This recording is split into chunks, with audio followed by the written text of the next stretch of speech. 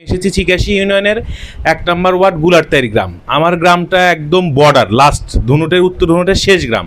গ্রামের ভিতর দিয়ে 3.2 কিলোমিটার একটা রাস্তা আছে, প্রধান সড়ক, যেটা বগুড়াগামী প্রধান সড়ক এবং উপজেলাগামী প্রধান সড়কের সাথে কানেক্টেড। কিন্তু রাস্তাটি পুরোটা কাঁচা এবং ওই দুইটা গ্রাম ধুনুট থেকে আমার গ্রাম থেকে জসিমিল পর্যন্ত দুইটা স্কুল আছে, প্রাইমারি স্কুল, এই কাঁচা রাস্তা বেয়ে যেতে হয়। তো হয়তোবা ইনলিস্টেড করবেন, কিন্তু আমার এখন আবেদন দ্রুত কোনো কিছু একটা ব্যবস্থা করে, যেহেতু বর্ষাটা চলছে, এতে এর জন্য যেন একটা দ্রুত কোনো ব্যবস্থা করা হয়, যাতে স্বাভাবিক মানুষ যেন আপাতত চলতে পারে। তোমার রাস্তা কি হেরিংবোন না পাকা না কাঁচা? কি না, কাঁচা, সম্পূর্ণ কাঁচা। সম্পূর্ণ কাঁচা। হ্যাঁ, তো কাঁচা রাস্তা তুমি বলছো যে বৃষ্টির মধ্যে এটা আরো বেশি কোনো জায়গায় একদম, মানে কিছু জায়গা আছে ড্রেনেজ সিস্টেম নাই। টিআর আছে, টিআর এর মনে হয় টিআর প্রকল্পের মধ্যে করা যেতে পারে।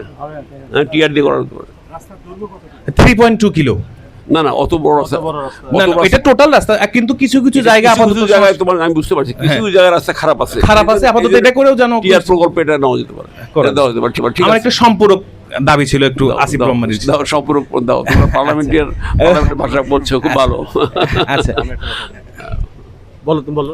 সেটি হচ্ছে, আমি ওনাকে বেশ সোশ্যাল মিডিয়াতে ফলো করছি, উনি হেলথ এডুকেশনে বেশ কিছু ভূমিকা রাখতেছে। তো আসলে আমাদের মতো, এবং রিসেন্টলি উনি রুহুল আইটিতে একটা ফ্রিল্যান্সিং নিয়ে একটা করছেন। আসলে আমরা ধনুট থেকে আসলে রুহুল আইটিতে এসে এরকম করাটা খুবই আমাদের জন্য ডিফিকাল্ট। তো উনি যদি ইউনিয়ন বেসিকে যদি ওই গ্রামগুলোতে 3 মাসের কোর্সগুলো আবেদন করতো, আসলে এটা আমাদের জন্য, ইয়ং জেনারেশনের জন্য খুবই ভালো হতো। এর পাশাপাশি অত বড়টাও যদি না হতো, অন্তত basic computer, word, Excel, PowerPoint, এই কাজগুলো যদি করতো, তাহলে গভর্নমেন্ট কম্পিউটার ট্রেনিং এর, হ্যাঁ, তাহলে গভর্নমেন্ট জবগুলোতে বাচ্চারা এখন অনেক হয়তো 16 গ্রেড বা তার 13 থেকে 16 গ্রেডের দিকে, যে তারা মাস্ট বি কম্পিউটার অভিজ্ঞতাটা চাই, কম্পিউটার লিটারেসি। হ্যাঁ, এটা আমরা ওই সুবিধাটা আসলে পাই না। এটার জন্য আসলে ধন্যবাদ। Thank you. না, খুব ভালো আইডিয়া। আমরা ইনশাল্লাহ আগামীতে এটা পদক্ষেপ নেব, এবং সরকার থেকেও আমার বিশ্বাস আইসিটি মন্ত্রণালয়ের অধীনে বেশ কিছু এরকম পরিকল্পনা সরকারের আছে। আর আরেকটা বিষয় আমি বলতে চাই, যে অনেক আমার যুবক ভাইদের দেখছি আর কি, যুব সমাজকে যারা প্রতিনিধিত্ব করে, আমি গতকাল শেরপুরে আমি এটা খেয়াল করেছি, যা দেখে আমার মনে হচ্ছে যে বাংলাদেশের ভবিষ্যৎ ভালো এবং শেরপুর ধনুটের ভবিষ্যৎ ভালো। সেটা কি দেখে?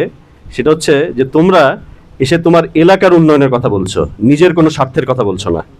তোমাদের যারাই আমি দেখেছি, যারা গতকালও কথা বলেছে, আজকেও বলেছে, তারা কিন্তু এলাকাবাসীর স্বার্থের কথা বলছে, নিজের কোনো স্বার্থ কিন্তু তারা বলে নাই। এটা দিয়ে বোঝা যায় যে ইনশাল্লাহ আমাদের শেরপুর ধনুট আগামীতে অবশ্যই সমৃদ্ধ হবে, এই আশাবাদ ব্যক্ত করছি।